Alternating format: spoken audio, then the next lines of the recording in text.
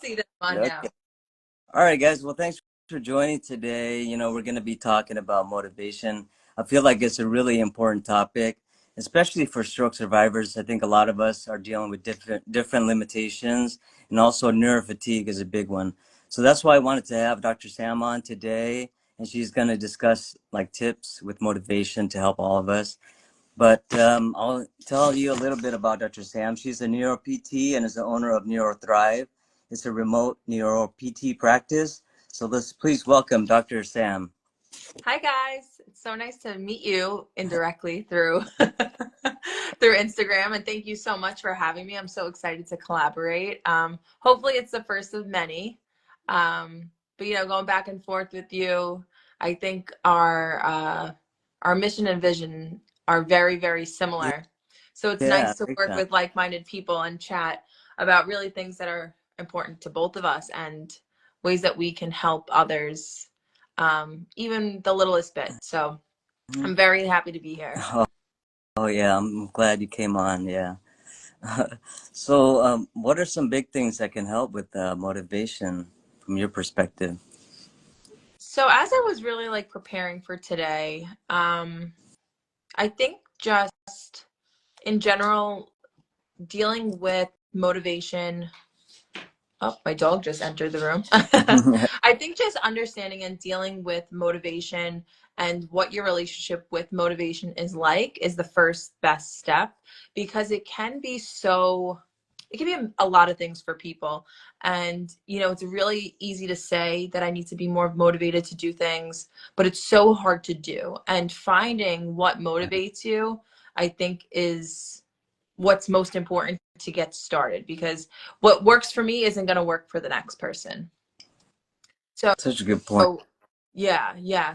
So, for instance, specifically with like neuro recovery, we always have, or many of my clients have that big end goal on their mind of, I want to walk, I want to get back to playing with my grandkids, I want to get back to playing tennis, all these different big goals. And then when you start looking at where you are now and where you have to be, that mountain in front of you can be discouraging versus motivating. It's like, oh my God, what, I don't even know how to get there, because it seems like it's so far away.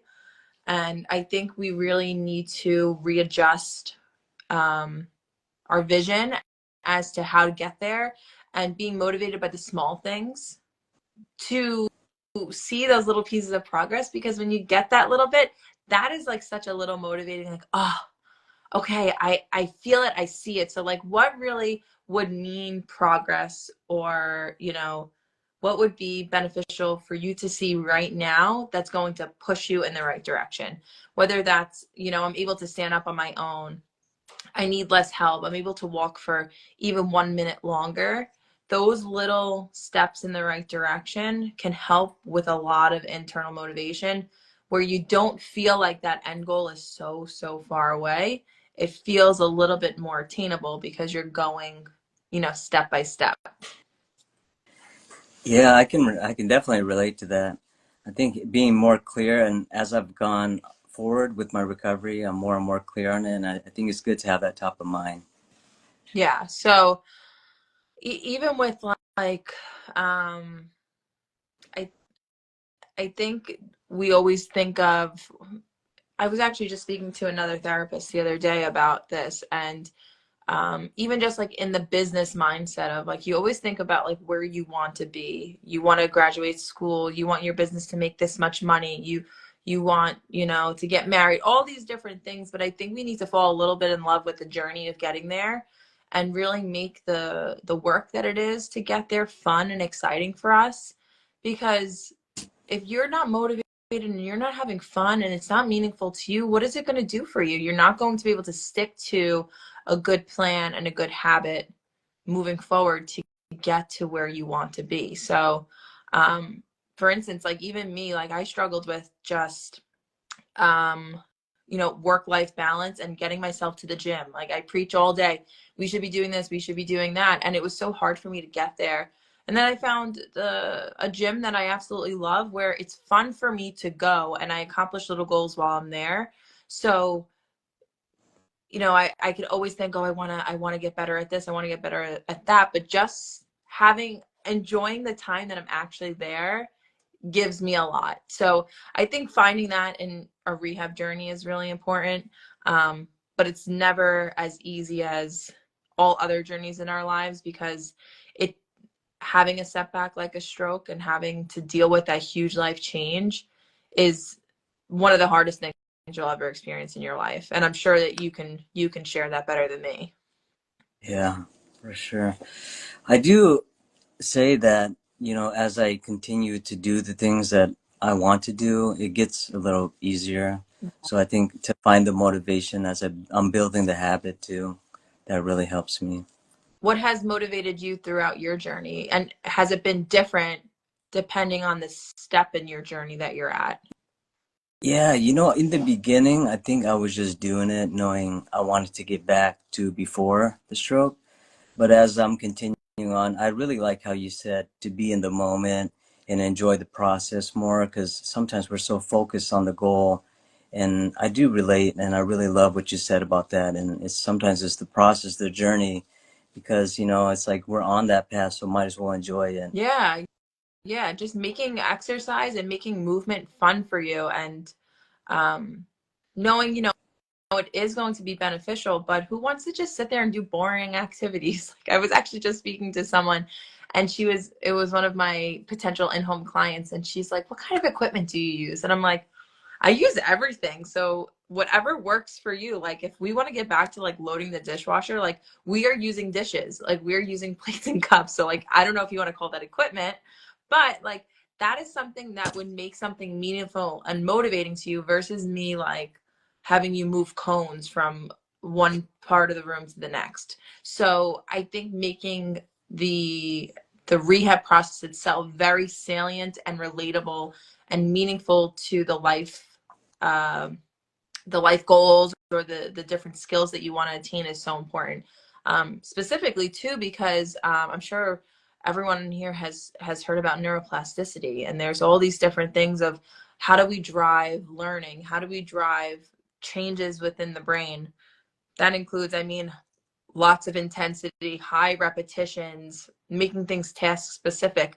But salience and motivation is part of that. I always compare it to, say you're in high school, and for instance, I hated history and English. I would study for those tests. It would be in one ear, out the other. I wouldn't remember anything after the test. Versus science and math, I love that. So like it didn't bother me to hold on to that information because I liked actually doing it. So I knew those things better. So just like your rehab, if it doesn't feel like it's meaningful to you, it's not going to do anything for you. So you're just not going to be in it. I see some people are saying traditional therapy has not motivated or worked for me. Steps or benchmarks help us measure. Yeah, I haven't enjoyed the process. I'm trying to get there. Yeah. So I think with that concern of like not um, enjoying it is like finding out what would make it impactful and meaningful for you. So like what's missing? Really, like what is missing, and what can you possibly do about it? And that could be a crucial conversation that you have with your therapist or looking for someone else. It's never unfortunately, it's not like everyone, just like with people and friends, like you sometimes you just don't mesh with people, Mhm. so they don't have the same outlook as you, or yes, mindset, like where they don't have that same um I guess end goal in mind or ways to get there. And that's fine. There's nothing wrong with that, because there may be a person who does like mesh well with that. But it's no hard feelings, but sometimes you just need to find someone or something else that's going to kick your butt a little bit and get you moving. Some people need tough love, some people just need love, some people just need the toughness. It really all depends. I like that. Um, So, let me ask you too, like a yeah, little bit in your rehab journey, um, have you felt like you were ever discouraged or unmotivated by things? I do Or feel like I have been unmotivated a lot of times what I try to do is I create a schedule and I kind of just stick with that and not base it on my emotions too much because my emotions kind of fluctuate a lot depending on what, Yeah. not enough sleep or, I don't eat the right thing. I'm not staying hydrated. So yeah, I do think it does fluctuate, but yeah, I think following the schedule helped me out a lot. Yeah. Yeah, yeah. I think I mean the typical like going a little bit into like the way that my business works, like that typical model of care does a disservice for a lot of people because it just is it's an appointment on your schedule. You go there, you do your work while you're there, and then you probably don't do much afterwards. Some people do, but there's no like check-ins, there's no accountability where you're really on your own to stay motivated. And for some people, they can do that, but others, they need that help. And like you said, like the scheduling, like making sure it's built into your schedule of what do I do every day? When I wake up, what do I do? What do I do for lunch? What do I do afterwards? And building a concrete schedule of your activities can really help with good habit forming and making sure you're putting in the time for it because we have so much time in our day, but it doesn't feel like we do. It's like, oh my God, where did the day go? I did nothing. It's like if we had things planned and set in our schedule, it helps so, so much. Um, and the feeling of success when you check it off. I've mentioned and talked to many of my clients about just journaling their day and really like putting your to-do list and then journaling what you did that day. And it gives you that little bit of, okay, I'm getting some satisfaction and motivation from feeling like I check things off, but also the idea of, okay, if I didn't do much today, why was that? And how can I be better tomorrow? I mean, and that's for everything in life too. That's true. You know what? That's a good mindset to have. I think my big one is just starting where I was at that time and just continuing to do it and stay consistent and building on that. Yeah, Mm. yeah. And it's so easy. I mean, the wake of social media has made it very easy to compare and get discouraged by seeing other people's progress or, this person did this and it worked for them and they're moving from point A to point B, but I'm not.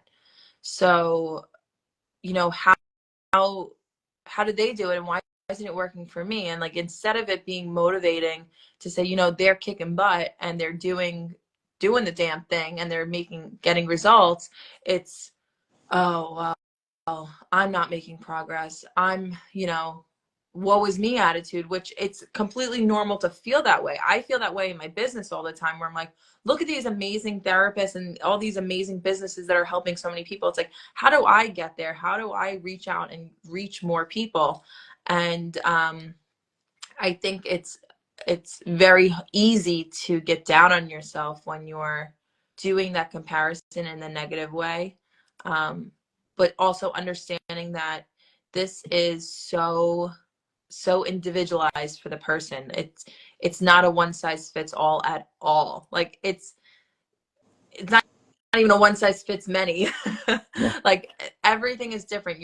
It's not just your impairments that are different, your environment, your resources, your schedule, your finances, your comorbidities, all of those different things are going to lend itself to how can you get into a good rhythm to, make the progress that you want. And maybe you have a lot of things that could be motivating and exciting for you to reach towards and other people don't. So it's where can we find that good balance between where you are now and where you can get without that outside noise of, okay, this person's doing that person's doing that, and I'm just sitting here doing nothing. Mhm. So it's definitely a tough process. But um, has there been anyone in your rehab journey that has not been a role model for you, but kind of been your rock that has helped you when you were stuck and not motivated? Yeah, I think having the right people around you is good. I feel like I'm very grateful for social media because I used that originally to find different survivors that were doing things. And so it motivated me, people who were like a little bit ahead of me, but also a lot ahead of me. And so I kind of used, I think, social media. off the top of my head. That's what I'm thinking about. Yeah, yeah. I think I have been shout out to Stroke Buddies. I don't know if any of you on here are followers or members of the Stroke Buddies support groups on Facebook.